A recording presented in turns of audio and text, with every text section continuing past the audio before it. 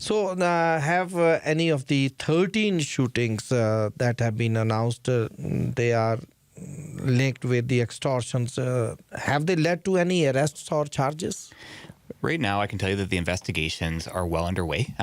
We are making good progress, and we've got dedicated resources both through the alert provincial body, which encompasses both the RCMP members, Edmonton Police, as well as the other policing agencies across the province, and the CPS, as well as we've got some dedicated resources with CPS. So the investigation is moving quite far forward. We haven't laid charges yet, but I know that we will be in short order. I've got all confidence that this is going to happen soon. Mm-hmm. And there is a general question coming to us is why Calgary police do not post pictures of people charged like BC and GTA do? Well, it's a difficult question because it kind of covers off a couple different things. So it's number one, it's not our investigation. And so we wouldn't want other people trying to exhibit our investigations and sharing pictures. And so we leave that to the governing body, whatever police agency that is. But there's also some provincial law under the Freedom of Information and Privacy Act that we want to make sure that we're abiding by. And so we carefully monitor that, and we will deal with that when we come across that bridge in Calgary, but we'll leave the other jurisdictions to tackle that as they see fit. Mm-hmm. And what is Calgary Police suppression plan? So how does it work? Well, without getting into all the nitty-gritty, because there's a lot of operational components there, I think what your community members will see is there's been a huge increase of police presence in their communities. And we've done this strategically because we want them, number one, to feel safe. They should feel safe going for a loaf of bread or getting some milk down the street, going for a cup of coffee. But in that in itself, we do a lot of active patrols because we are actively looking and trying to track down the offenders that are responsible for this. And so the physical presence and seeing the extra police cars is one component of it. There's a lot more to it. And again, we can't get into the specifics because it's a little bit more operational, but know that through the week, we have a person that is dedicated to monitoring and making sure that there's extra resources in the proper communities to make sure that people are safe. And with the extortion demands mostly for larger cash amounts and targeting affluent South Asian businesses, what victim typology trends have emerged so far? Well, I'd like to tell you that there was a single standard, but I reviewed them again this morning before I came here because I wanted to make sure that I had a good finger on the pulse.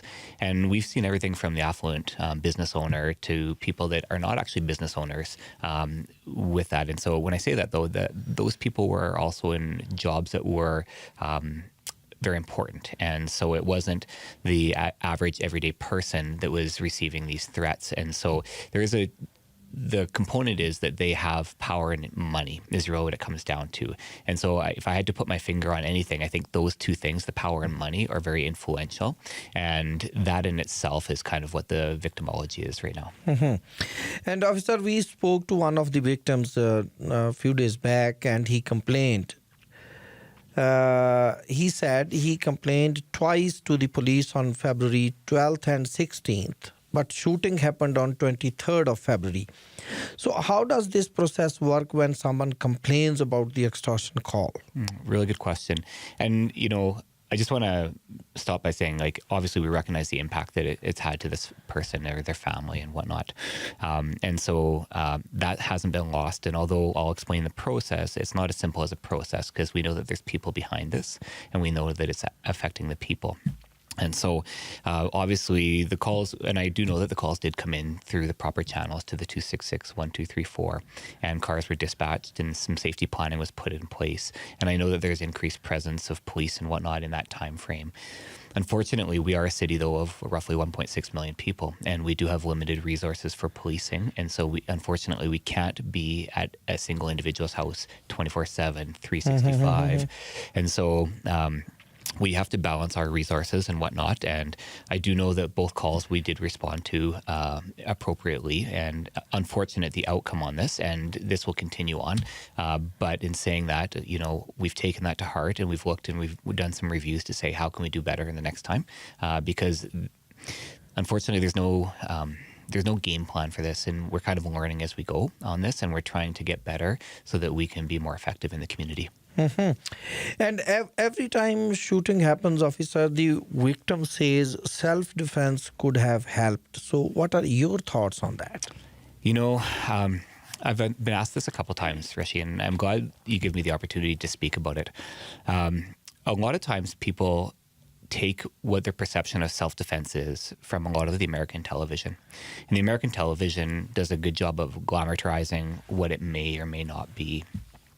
But I really want to caution people, and number one, I'll start by giving the stance of the Calgary Police Service is obviously we are against people looking at using self-defense. There are other opportunities, including calling 911 and having the police respond. That is what our job is, and we're very effective at what we do. We can't know what's not going on, so please call us. When we talk about self-defense, though, in these shootings, the law around Section 25 of the Criminal Code allows people to use force. It really does, and it applies to police officers and to civilians, but it's reasonable force given a set of circumstances. And so what people don't consider here is the accountability. And if they use self-defense, if they're to use a firearm, they're responsible for their actions. And so if a bullet goes stray and kills someone else, they'll be responsible for that, because no different than the police are responsible for the accountability of their use of force, civilians are as well under Section 25.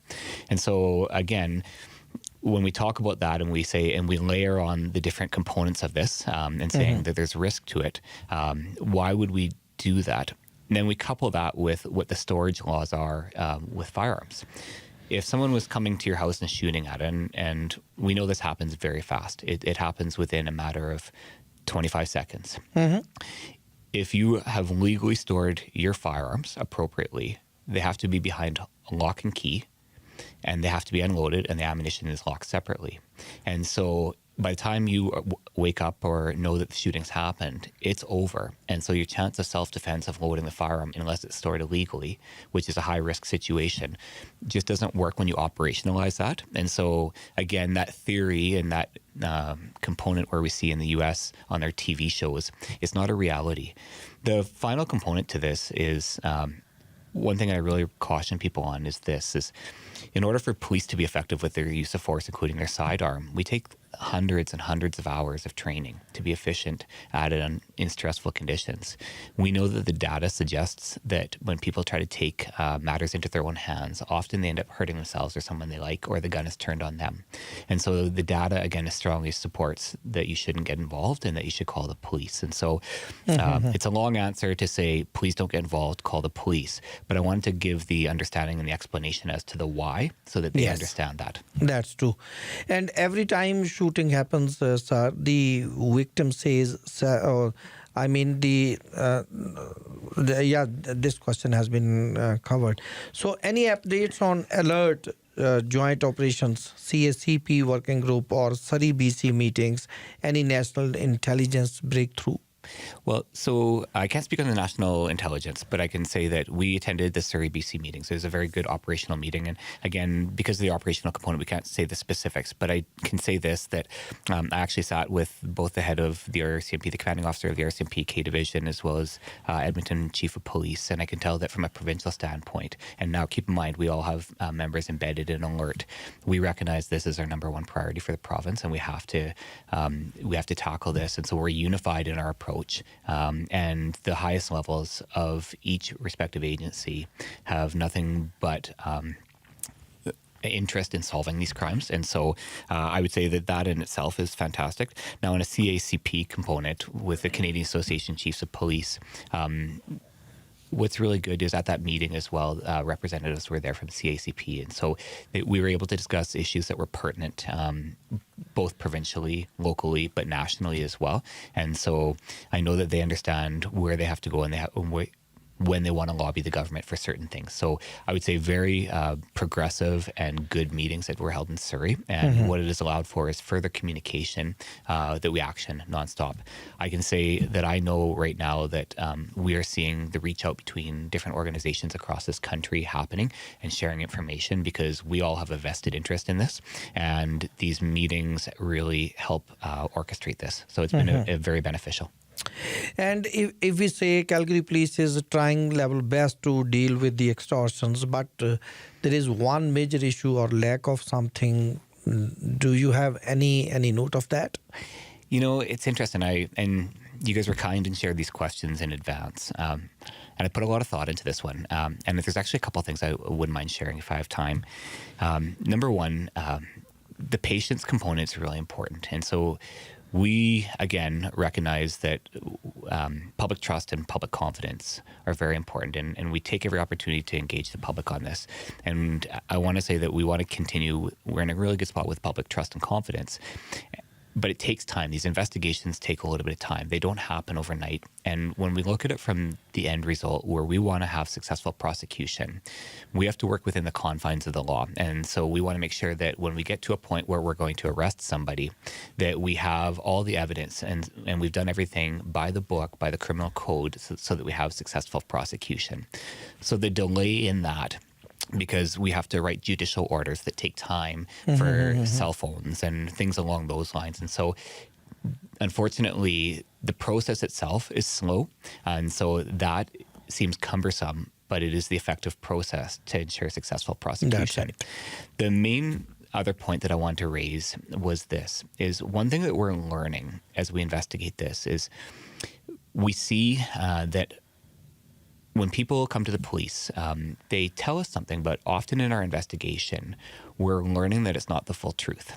And so it's very tough to have a successful prosecution if you don't have the full truth. Now we have to actually, and this is not about blaming or shaming the victim on this, because we recognize that being a victim is a terrible thing, but this is about honesty. And so the more honest we are, the more upfront we have the information at the beginning of the investigation, the faster it can go.